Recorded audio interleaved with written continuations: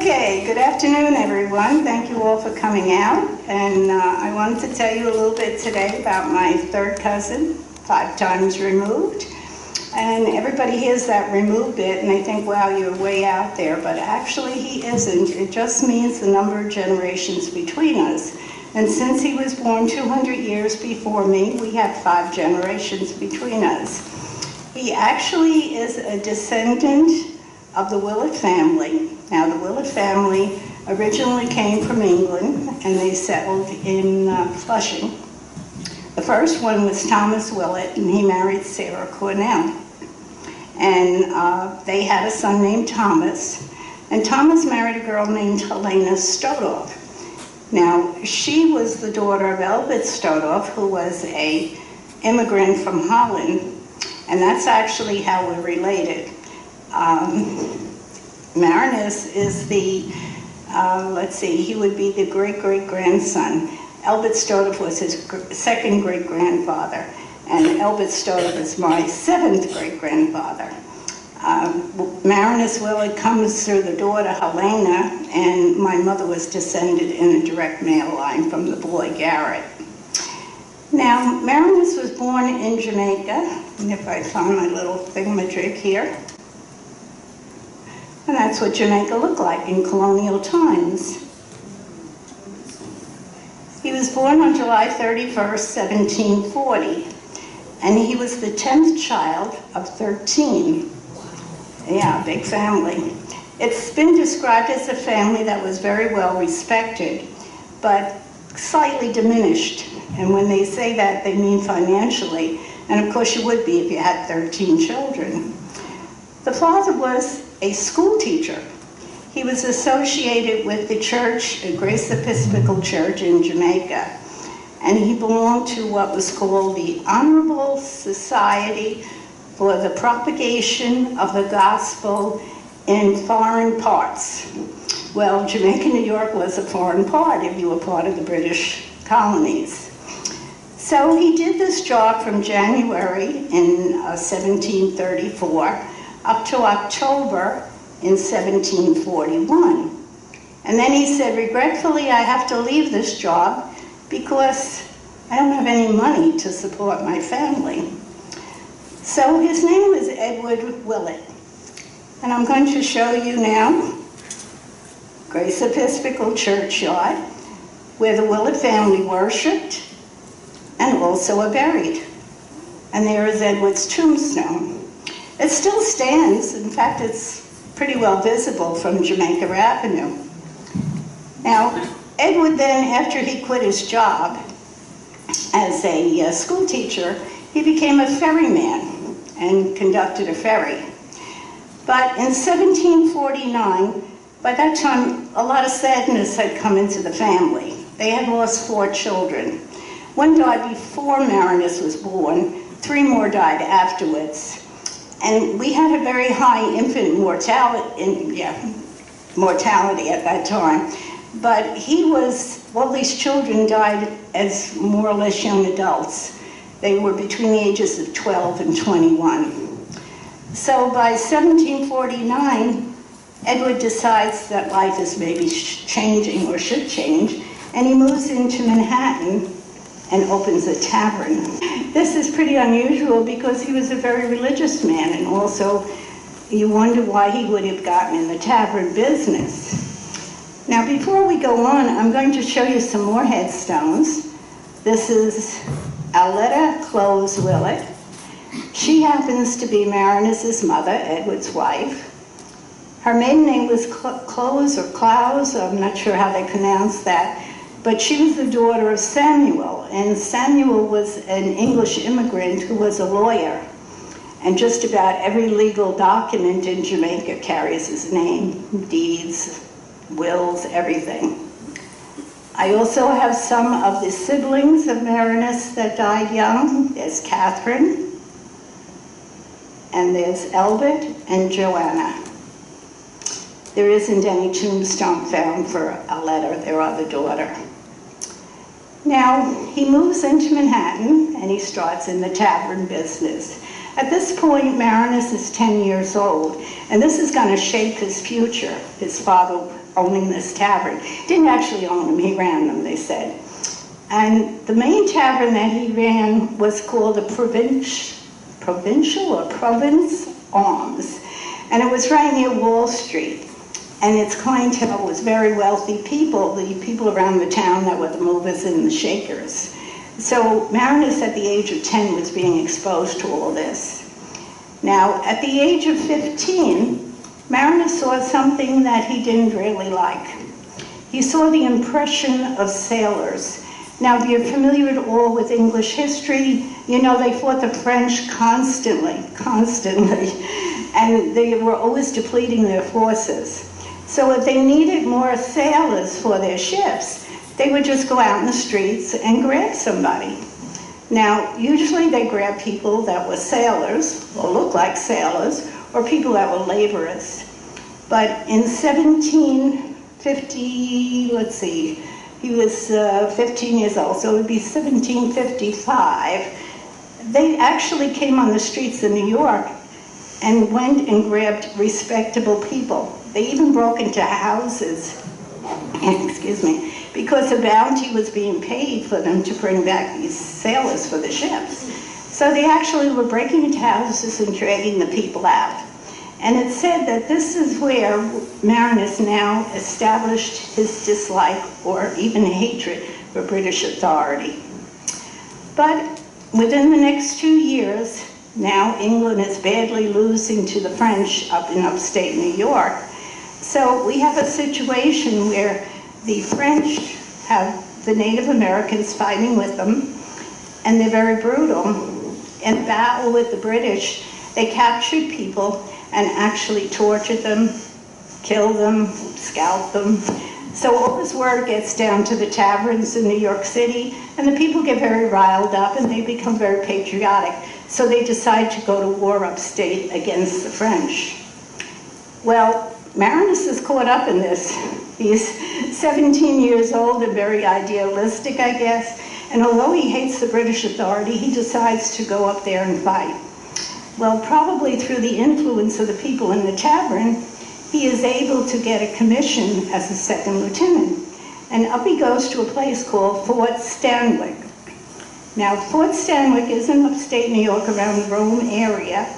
And up there, he gets into the Battle of Ticonderoga, but after that he falls ill and he can't continue the battle. Now, he goes up there and he fights at Fort Stanwix and the Battle of Ticonderoga. But what happens up at Fort Stanwix is he becomes ill.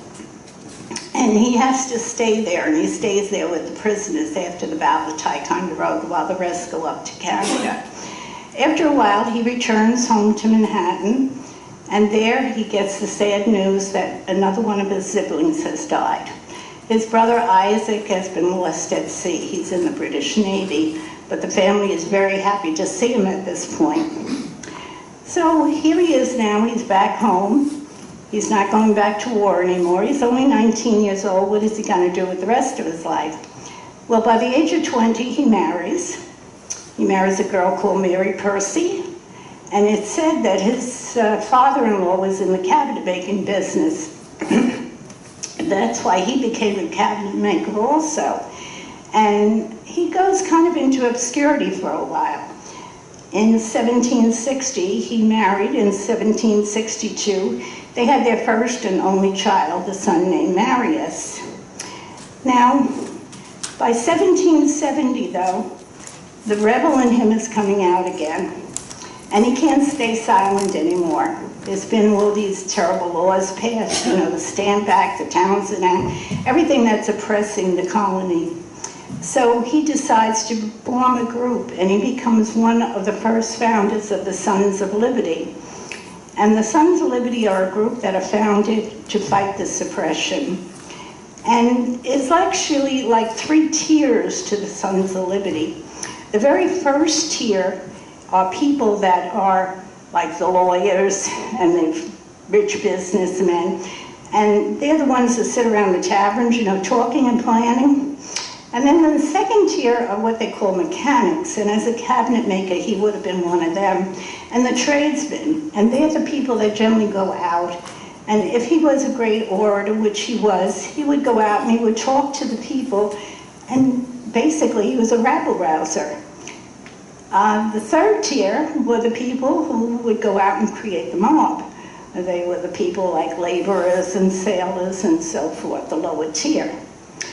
So here he is in 1770. He becomes one of these Sons of Liberty, and he's always ready for a fight. In April 1775, word comes down that Lexington and Concord, excuse me, the battle has reached, the word of the battle has reached the city. So he forms a little group of these supporters of the Sons of Liberty, and they go and they raid the arsenal and the weapons so that they have them for the cause. But the feat that he's best known for is what you see on your screen. On June the 6th, 1775, and in just a few days, it'll be 242 years since this happened, the British got permission to leave the city of New York.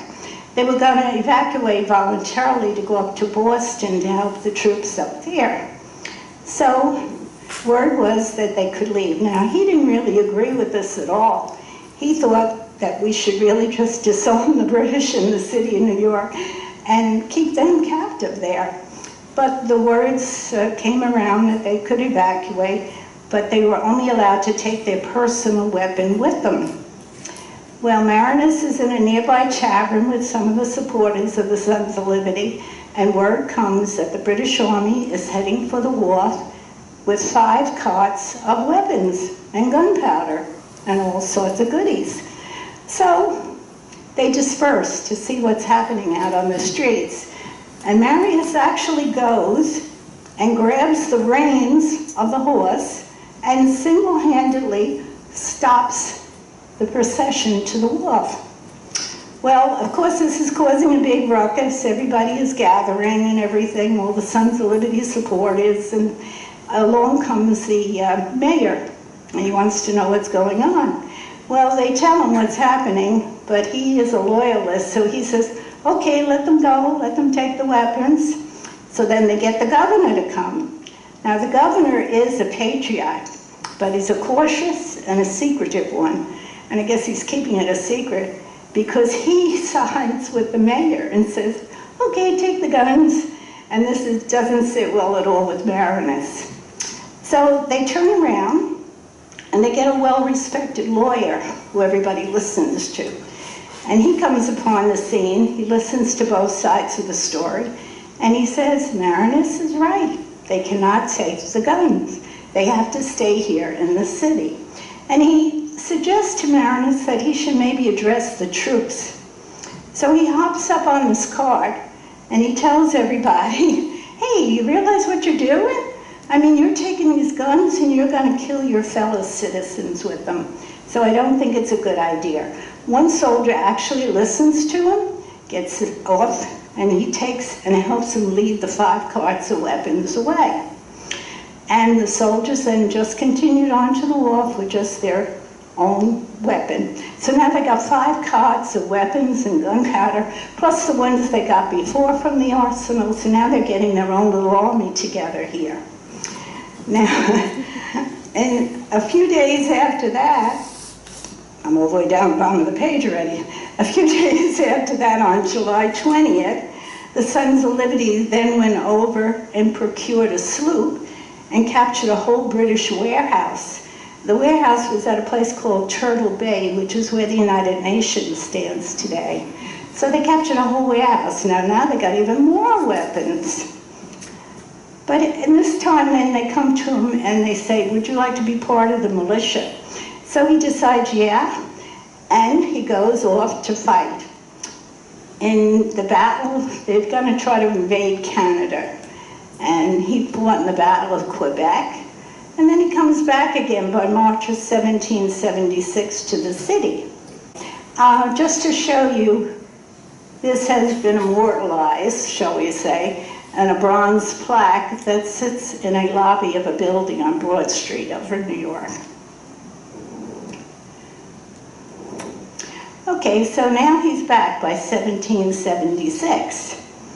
And he's made a lieutenant colonel, and he starts recruiting people. So by March 1777, he's ready to go back to war. He is put in command of the Fort Constitution, which is up by West Point, and there he successfully attacks 100 British soldiers who were burning down a blockhouse. Later that year, he helped defend Peekskill, and then he got assigned to Fort Stanwix on the Mohawk River, and that is what you see there. Now, Fort Stanwix, he becomes the hero. That's up Fort Stanwix. And the reason is because Washington visited there, and he saw that it was going to be a very important place. And he knew the British would try to seize it because it was kind of on a line between New York City and Canada. So he got Willett to restore all the fortifications there and build them all up. And indeed, the siege came. The British, along with the Iroquois Indians, gathered outside the fort and held siege to it. And the Indians went around whooping and hollering and making a whole bunch of noise, so that certainly scared everybody to death. So they had a situation then where they needed relief, of course. They were in there with only a couple of hundred people, and the British had like 1,000 outside. So he got relief, was on the way with a colonel, no, I'm sorry, he was a general, General Herkimer, and he was on his way with this militia from upstate. And somehow the English found out about it, and they went and they attacked his column. Now, they don't know this in the fort. So Willett has decided to go out and take a group of men and go out to where the British are with the Iroquois Indians outside the camp and kind of have a little diversion to draw their attention away because this relief column is coming. But when he gets out there, it's completely empty. Doesn't realize what's happened, but they've gone off to ambush the general. So what does he do? But he loots the camp then. He takes whatever weapons they left behind, he takes all their food, their supplies, and he also came back with the scalps of 2 little girls who they had murdered just a few days before that, who were out picking berries. So now they're really inflamed, and they're going to hang on no matter what in that fort. And then word gets to them that their relief column has been ambushed and almost destroyed. Now the British come back, they're still holding siege, and they really, really want them to give up, but they're not giving up. And I'm going to just read you a little bit here of what he said. The British sent an officer in, and although he wasn't in command of the post, the general that was told him that he could reply to their request for surrender. And he said, "Do I understand you, sir? I think you said that you come from a British colonel who is commander of the army that invests this fort. And by your uniform, you appear to be an officer in the British service. You have made a long speech on the occasion of your visit, which, stripped of superfluities, amounts to this: that you come from a British colonel to the commandant of this garrison to tell them if he does not deliver up the garrison into the hands of your colonel, he will send his Indians to murder our women and children. You will please to reflect, sir, that their blood will be on your head, not on ours. We are doing our duty. This garrison is committed to our charge, and we're taking care of it. After you get out of it, you may turn around and look at it outside, but never expect to come in again unless you come in as a prisoner." Okay, he goes on a little bit further, but I won't go on with it. So anyway, obviously the terms of surrender are turned down, and by the following day, the general in charge of Fort Stanwix does send out a formal reply that they are not surrendering. But by this time, Willett is gone. Now they realize they really got to get help, so him and another man slip out, cross through the enemy lines at night, and go to another fort for help. And they find help from no other person than Benedict Arnold. Benedict is still in good standing at this point. And he comes, and that's what that depicts. That depicts Marinus Willett leading Benjamin Arnold's troops back to Fort Stanwix. In the meantime, back at the fort, they send out a captive, And they said, go tell the Indians that it's a waste of time. We're now getting relief in the form of Benedict Arnold, and I guess maybe they knew who he was or something. But anyway, the Indians decided to pick up and leave. They said, hey, we're holding a siege here. That's not our type of warfare. We've suffered casualties. On top of that, the British told us we were going to have lots of plunder, and what happened? They came and plundered our camp instead. So they get up and leave, and the siege ends. And that is why he got the title of the hero of Lord Stanwick. Now, I could go on about his exploits over the next few years, but as I told Ed, if I talked to you about every battle this man was in, I'd be here till next month's meeting. As one of the historians said, by June of 1778, it seemed like he was everywhere. He wasn't happy just sitting up in the highlands up there. He asked to join the regular Continental Army. President Washington, or at that time he was General Washington, became his idol. And he asked if he could go work with him. And he ends up there in the Battle of Monmouth in New Jersey. He's in Staten Island raiding. He's just about all over the place. But at this time, a very sad event happened in his life. His son Marinus is in his 20s, and his mother, it's her only child. She's terribly concerned that her son, if he's in the army, will get killed in battle. So she requests that he get some type of a safe assignment. So he's assigned to a surgeon in Washington's army. And as fate would have it, he becomes ill from some fever in the camp, and he dies. So now they've lost their only child. Probably he might have been better off in battle because the father was in all kinds of things and never got a scratch. Unbelievable, he never got even wounded in any of this. In January of 1780, he takes part in this raid on Staten Island, as I mentioned, and the reason they did this was because at that time it was such a cold winter, the harbor was frozen over and they couldn't get supplies, so they went around raiding all sorts of places. And by January 1780, after that, after the raid, he was headquartered at Fort Plain in New York. And by January 1781, he was a colonel back again. So, as I say, it went on and on. He was in this battle and that battle and all of them. But now moving on, he becomes the hero and the savior of the Mohawk Valley. Okay, the Mohawk Valley, let me see if I got something. Oh, let me tell you about this. This is his sword. For what he did at Fort Stanwick, the Army awarded him the sword. They only awarded 10 of them.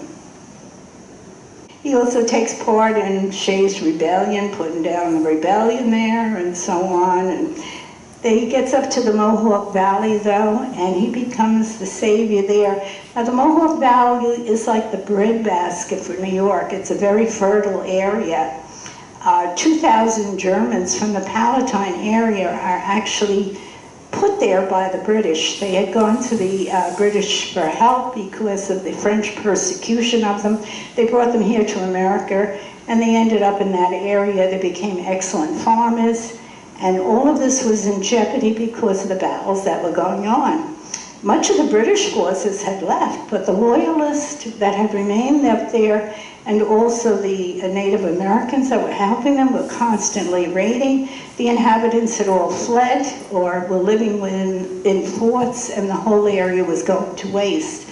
So General Washington asked if he would go up there and try to settle the issues up there once and for all, so they could have this place as a supply place for them, the Mohawk Valley. So he goes up there, and he gets engaged in a very large battle called the Battle of Sharon Springs. And in this battle, he uses this diversionary tactic again.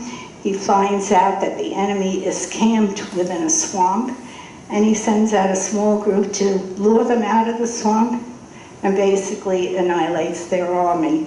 So he becomes the big hero and savior of the Mohawk Valley. Now, he comes back home, and in 1792, yeah, 1792. The president has tried to make him go out and fight the Native Americans. He wants to make him a brigadier general to go out and fight the Native Americans. The English had all those forts, you know, around the Ohio area and stuff, and they had abandoned them now and turned them over to the Americans. So he goes out there to fight them with Mad Anthony Wayne, but he doesn't want to go. He's offered this commission, and this is the paper telling about it, to become a brigadier general, but he turns it down. There he is, supposed to be a brigadier general, but he never makes it because he turns down the commission and the job because he doesn't want to fight the Native Americans. He doesn't think that's the best way to deal with them, that these people are very sensitive and they're very kind people, and he said they're intelligent, they like flattery, so if you flatter them, you'll be able to negotiate with them. It isn't necessary to kill them. So his life has become pretty quiet now. He's living in New York, and he builds a house on what they call Corlier's Hook. It's a little promontory that goes outside of Manhattan.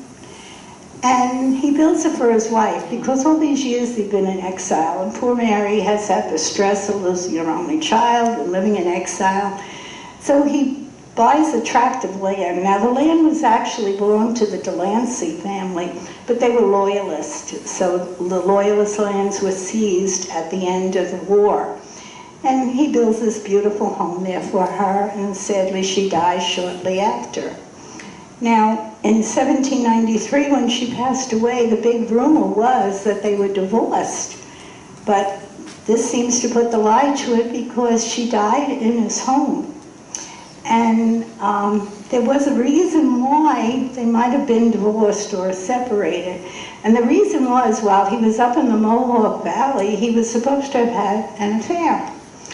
Mrs. Sieber, whose husband was from a prominent family but drank very heavily, and she was separated from her husband, and he supposedly fathered a child with her, who he also called Marinus, Marinus Willett Sieber. But the problem is, and this book I recently purchased on Amazon kind of shoots down the whole story. First of all, they said he was a very religious man with great conviction, and they didn't believe that he would actually stray from these convictions. But in addition to all of that, the story, when you trace the roots, was written by someone who interviewed people shortly after the battles up there. And they said, why would he? They claimed the young man was recognized by him, educated by him, and he returned up there to see his family, the Siebers. Well, he didn't belong to the Sieber family. It's doubtful if he would be going out looking for the husband's family of his mother.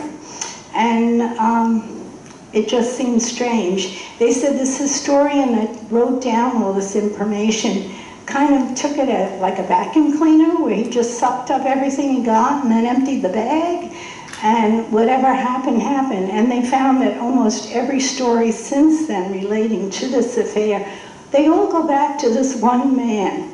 So they really don't believe it happened. And anyway, the fact that Mary died in his house probably put the lie to it that they were divorced. There's been no formal documentation ever found. Then his father died a little bit more than a year later at the age of 92, also at the house. And that put light to another story. The father remained a loyalist, as did most of the Willett family. And when all this was going on in Manhattan, the father moved back to Jamaica and was put under the protection of the British Army. And it was said he was so estranged from his son, but now recently they found letters going back and forth. The father talks about visiting the grandparents, checking with your grandparents, my dear parents, and find out how they are. And anyway, Dad dies in his home too, so whatever the estrangement might have been during the war certainly ended by the time the war was over. But now he's in a civilian life. He opens a store on Water Street, but Mary is gone, and 3 months after her death, he marries again. and he married somebody called Susanna Vardell. And there's the document for their marriage. She is a widow, and I guess what you would call a gay widow, because society in New York said she was a very active person in society. The marriage was a disaster from the beginning. They said he was just really dying to get rid of her, but didn't know how to do it. You know, you're a gentleman. So she flirted with everybody in town, they said, no matter where they went. And in the end, she filed for divorce, and they said he was so relieved. Oh my gosh, she's really going. So she did go in 1799. She filed for divorce. It did become final to 1805, but that didn't stop Marinus. A few months after she filed, he went off and got married again for the third time. But the third time is a charm, right? Okay, he married a girl called Margaret Banker. And boy, did the society people gossip. He was 59 and she was 24. But it was a happy marriage. She produced 5 children for him, 4 sons and 1 daughter. And you know what all the sons were named. Well, there was Marinus Jr., and then there was William Marinus, and then there was Edward Marinus, and then there was Albert Marinus. Everyone was named for him. It is said, though, that maybe it wasn't such an egotistical move after all. Perhaps it was in honor of the first son that died. But certainly these 4 sons, and a daughter, by the way, who was called Margaret after her mother, became to epitomize all the hopes and dreams he had for that first child. And they did. 2 of them became doctors, 1 became a clergyman, and 1 became a lawyer. There we got a picture of Margaret and her oldest son, Marinus. And years ago, we went to tour Gracie Mansion. Anybody remember when we did that? This hangs in Gracie Mansion. Because although he tried to get into politics, Marinus was not a good politician, and especially not in the city of New York. New York City was kind of dominated by Alexander Hamilton, its politics at the time, and he was a Federalist. They believed in a strong central government, but Marinus was not a Federalist. He was an anti-Federalist.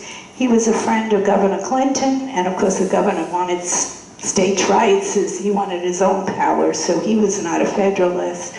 So he was never really popular or successful in winning in any kind of public office. But in those days you were appointed to a lot of things, and he was appointed sheriff twice. He was also appointed the mayor of New York. So he served in that capacity for about 7-8 months, and then when he ran, he lost. So he also ran for lieutenant governor, a couple of other jobs and nothing. But also being an anti-federalist also meant you were kind of aligned with Aaron Burr. And Aaron Burr was not exactly the most popular man in town. Even long before he shot Hamilton, he kind of was a person that would go wherever the wind blew. One day he had anti-federalist ideas, the next day he had federalist ideas. So that the federalists didn't like him, and the anti-federalists didn't like him. And they were mostly composed of the Virginia contingent. Excuse me. That would have been like Jefferson and Monroe, Madison, those people. They didn't like Burr at all. So he was a little bit tainted also, his reputation, by being associated with Burr himself. But now he's an elderly man, he's 86, it's time to write his will. And that's a copy of his will. And the sword we saw previously, he leaves to his oldest son, Marinus, but he leaves the house and cows and horses and carriages and household goods and everything to his dear wife. He lives for 4 more years, though. He doesn't die until he's 90 years old. And I guess in a little bit of irony, it was 53 years to the date that the siege was lifted at Fort Stanwix. So he's buried in Trinity Churchyard. And it said that there were 10,000 mourners at his funeral, and you say to yourself, 10,000 people, my goodness, how would that be? But actually, it was a pretty big city at that time, and this was in 1830, August 22nd, 1830, he died. 10,000 people actually represented about 5% of the city's population. The procession was so long, going from his home on Broome Street to Trinity Churchyard, that it was dark before they got there, so they actually had to bury him by torchlight. Now, this is a plaque that was erected by, I guess, does it say there? No, I think it was by the Sons of the Revolution. And this is my sister and a cousin. I just added them because Neil is actually standing on Marinus's gravesite. It was an interesting story. Neil had a first cousin who had found out about Marinus and was all thrilled to be related to somebody so famous. So they went over to Trinity Churchyard. They were walking all around and are terribly unhappy because all they found was that plaque. So we agreed to meet Neil over there one day to see this plaque. And we're walking around talking. He's showing it to us. We're saying, well, he's got to be buried here someplace. And I looked down at my feet, and I was standing on my cousin. And here Dorothy is talking to Neil because he's another Stoda, by the way. And we had been in contact with another cousin out in Arizona. And her, like, fourth grade grandparents are the same people as Neil's fourth grandparents, John and Jane Stoda. They were first cousins that married each other. They were also Jamaica residents, and she had not the painting, the original painting, but they had oil paintings done of them, and she had photographs of those oil paintings, and she sent my sister and I copies, and we decided to surprise Neil at the other cousin's gravesite and gave him copies of the paintings. Okay, now that's that's Marinus's plaque, rather, and here's his actual gravesite. It's just laying, you know, it's a tombstone in the ground, and of course it's almost obliterated now because people walk on it. It's like right beside the church, so as you walk around the church, you're walking on it. You could just barely make out his first name. But what's interesting is he didn't agree with Hamilton in lifetime, and Hamilton is buried right near him. But he's got this massive, massive monument. But I just recently finished reading the book about Hamilton. What's interesting there is Hamilton was not a churchgoer. His wife was Dutch, and she was very religious, but he wasn't. And when he was shot, he tried to get the rector of Trinity Church to come see him and give him a blessing. And he wouldn't come. He said he wasn't a churchgoer. And second of all, he said he didn't believe in dueling. So they couldn't even get the rector to come give him any solace as he's lying there dying. They tried for a Methodist then, and the Methodist, well, he said he's not a member of my church. So then they went back and appealed again to the rector, and he finally did show up at Hamilton's bedside. But Marinus had no such problems. They were a religious family. When they were running the tavern, they were actually members of the Trinity Church, and he was a vestryman there. So although he doesn't have the massive monument that Hamilton does, he's actually buried closer to the church. And that has meaning in the Episcopalian religion. And Alan's shaking his head in agreement. If you go over to England, the huge cathedrals have the prominent people buried in the floor and the walls. Well, in America, we don't have those massive churches, so prominence meant how close you were buried to the church. And Marinus, being right outside the wall there, actually had more esteem with the church than Alexander Hamilton did. So I guess that's a little bit of a comfort, even though he's walked on all the time. So we have his legacy. By the way, this is New York City Marble Cemetery. I don't know if any of you are familiar with it. There's two of them. There's an old one, and this is a newer one. This is in Lower Manhattan, and it was opened in 1831, and one of the founders of it was Everett Banker, who happens to be Margaret's grandfather.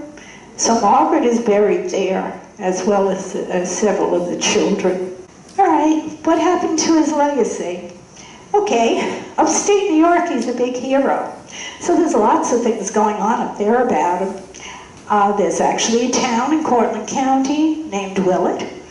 We have several towns with their main streets named Willett. The Mohawk River has a bridge spanning it named Willett. And of course, probably the crowning glory, oh yeah, and there is a big boulder with a plaque on it in an Albany Park too. But the crowning glory was that Fort Stanwix that we saw a few pictures ago. That was reconstructed only about 20 years ago. And there's actually, thousands of school children every day that wander through there on tours. And the visitor center has actually been named for Marinus. And this book, the author of the book, is a gentleman that actually got interested in him because he was portraying him up at the fort in their reenactments. So that's his legacy upstate. Downstate, we don't have too much. Actually, all we have is that plaque that's in the office building, which I'm sure thousands of people wander past every day and probably don't have a clue. And then we have, of course, Willett Street and Sheriff Street in New York. And those are the streets that bordered his property along with Broome Street. But today it's the site of the Samuel Gompers housing project.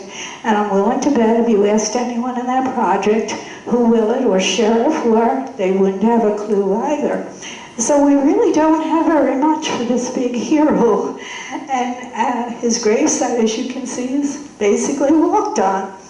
But anyway, he was considered a hero. And out here in Jamaica, we have absolutely nothing but those few tombstones in the church. Now, the reason I have this up, this is St. Mark's Church in the Bowery. Because if you're familiar with the talk I gave 2 years ago, I have this thing where I like to look ahead a little bit, see what happened to the people in the family. 2 years ago, I spoke about my cousin, the spy. She was a Confederate spy down in Richmond, Virginia.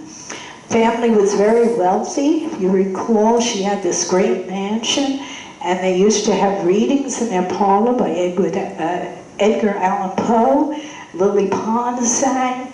They were very wealthy people.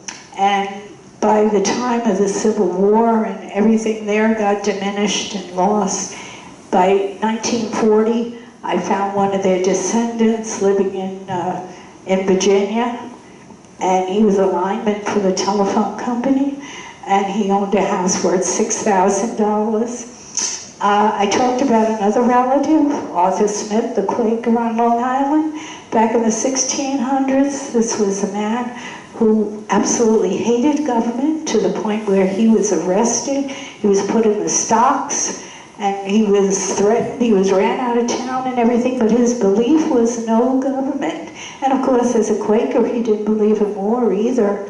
And what happens by the time we get to his grandson becomes a commissioner out there in Setauket, holds the position more years than anybody else has ever held it in the history of the town. And one of his other descendants is killed in the Revolutionary War. So I decided to look ahead and see what happened to the Willett family. Now, of course, they were very wealthy, very accomplished children. So you can understand that even looking ahead, we probably have some very accomplished members of the family too. So I picked out the 3 sons. The youngest son died young without a family.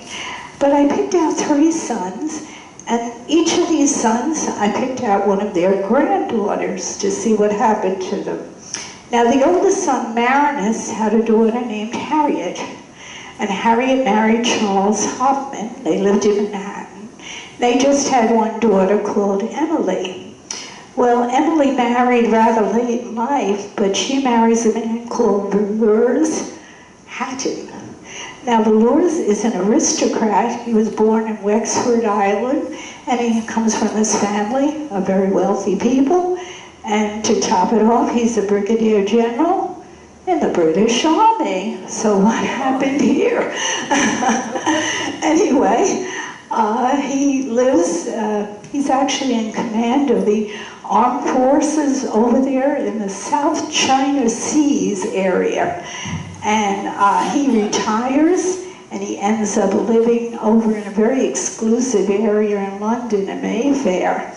And I was just over there a few weeks ago, and we were on those bus tour going around, and I'm saying to myself, hope I get close enough to see the house he lived in. But we never got that close to it. But all of a sudden I glance up and I see one of the little side streets off the square. Actually, is the name Valores, his first name, and that was really a family name. That was part of the aristocratic group there. But what was interesting about them, too, they had no children because they were both older, but I found a census record for them living over there in London, and they were living the life of Downtown Abbey right there in London. They not only had upstairs maids and downstairs maids and ladies' maids and cooks and laundresses and chauffeurs, but they also had those footmen. Remember those footmen from Downtown Abbey? Well, they had a couple of footmen too. So that's the story of that great-granddaughter, Emily. Then there was a great-granddaughter from the son. I'm going to skip the second one. That's a little sad story. I'll leave that one to the end. I'll skip over the son, William, and I'll move on to the next son as soon as I find the paper. Okay. Now, this son, the third one, is Edward. And Edward has a daughter, and the daughter marries, and she marries a rice planter down in the Carolinas. And I'm thinking, how does a New York girl end up marrying somebody down in there? His name was Louis Kruger Bentley Hassel.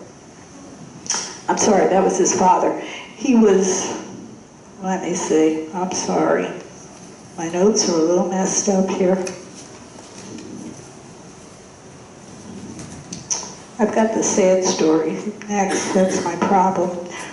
Okay.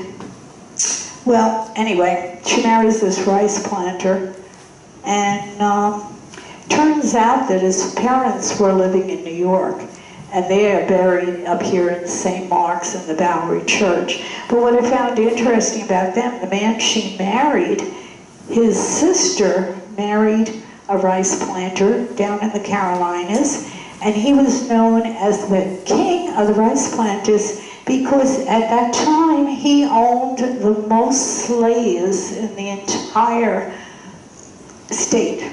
He had this great big. So here you have a man who lived in New York and didn't believe in slavery. A great-granddaughter is married to people who own slaves, and they're down there in the Carolinas. And then you also have another one that's married a brigadier general. But now I'll tell you the sad one. And this is sad. The second son, William, was a minister, or a priest, I guess, because he was part of the Episcopalian Church. And William left a will when he died. He had had several children, and the will kind of intrigued me. That's why I decided to start looking into what happened to some of the descendants. Because he only had 2 heirs. He was in his 90s. He had lost all his children but one. His one son, Cornelius, he identified as an heir, was living in a soldier's home in Virginia. I really haven't been able to find out anything more about him, but it was probably at the time of the Civil War, he was probably a soldier. But he also left money to his great-grandchild. His name was Edward. And he said, Edward, the son of my deceased granddaughter, Marion, who is the daughter of my deceased son, Edward. So I decided to find out what I could about why all these people were gone. And what was sad about it, too, was he didn't know the whereabouts of his great-grandson. He states it in his will. my great-grandson, whose whereabouts is unknown. So what happened? Well, it seems William had a daughter called Marion. And Marion was born in Kentucky. Yeah, Marion was born in Kentucky. Her father had become an editor of the St. Louis Globe, and they were living out that area. But Marion became an actress, and she married an English actor called Henry Abeling, and she married him in New Orleans in 1884. And they had this little boy, Edward, in 1888. Well, unfortunately, the marriage was not too happy either. And they came to New York. They were acting in New York. Marion, whose name was Mittens, it was what she was known by, she actually was appearing in New York on the stage, as well as her husband. But her husband and her separated, and he died. He committed suicide. He took poisoning. And to add to the tragedy, he leaves a note, and he confesses his undying love for his mistress. Well, the mistress disappears right off after this happens, and his body is transported to a funeral parlor, and the funeral parlor is terribly concerned because nobody is claiming this body, and he's wondering if he's ever going to get paid for this. So along comes Mittens, who finds out that her husband has died, and I think being the actress to the end, she very magnanimously says, I will bury him. I will take charge of all this, you know. He is the father of my son. All this is in the newspapers, by the way. So she takes him and has him transported to another funeral home, and then to her apartment, where she opens it up for the wake. And everything goes great, you know. I guess she was acting her part, maybe. And anyway, she doesn't bury him.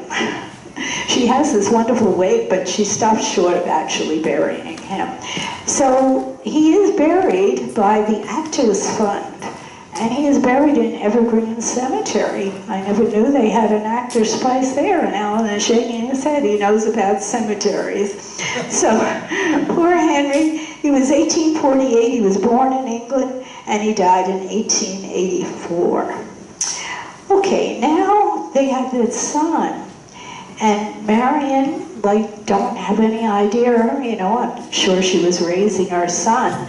But then, poor Marion, in 1893, dies at the age of 30 with cancer. So that when William wrote his will, she was already dead, and I don't know what was becoming of the son. Where was he?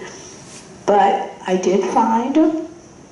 Little Edward was born in 1888. But I found in 1917 a document where he had to register for World War I. And when he registered, he was turned down because he had a bad heart. And sure enough, Edward died too in 1918. So you do the math, he was only about 30 years old also, just like his mother. So that's kind of a tragic end to the three of them and the one son's daughter. The other ones kind of lived a good life. But, you know, I was telling some of the people I recently had a DNA test done a couple of years ago, and with doing this I found out you can never really escape your DNA. Because I'm going to go back to something we had there before. This man is George Willett Van Nest, and he is a great-grandson of Marinus.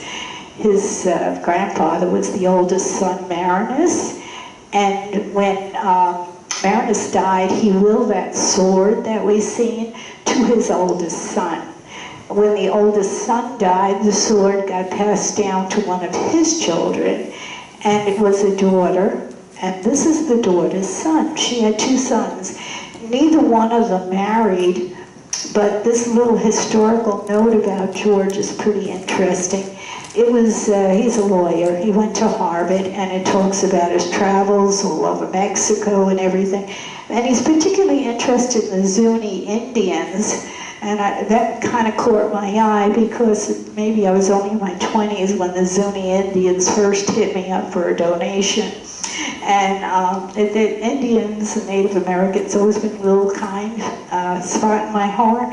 So I donated to them, and they used to address letters to me, friend of the Zuni Indians. And every time one of them would arrive in the mail, my sister would tease me, "Oh, you got a letter from your friends, the Zuni Indians." So I said, well, there's a connection. This cousin liked the Zuni Indians too. Another connection is, since I'm a little kid, I've always loved cowboys and Indian movies, and my favorite of all times was Dramas Along the Mohawk. It became so legendary in the family that recently a friend of my nephew in Arizona actually found the movie on TV one night and taped it and sent me a DVD of it. And now I find that Marinus was actually represented in that movie. But I think the final thing is, when I was working many years ago in the telephone company, I was at a Christmas dinner, and there was a bunch of managers there, and I was a supervisor at the time. And the next day they told me that one of them had requested that I come work for him. And I said, okay, that's fine. I went to work for him, and I instituted within a few weeks a policy that was not too popular with the other people and my co-workers. And I can remember to this day him calling me into the office, and I'm sitting there, his head in his hands, and he says, "Joan, what am I going to do with you?" I said, "What's the matter?" And he said, "You know what? When I asked you to come work for me, I thought I was getting a sweet Irish Catholic girl. But instead, I got a rebel. So here we are. You can never escape your DNA. You're a rebel." Thank you very much.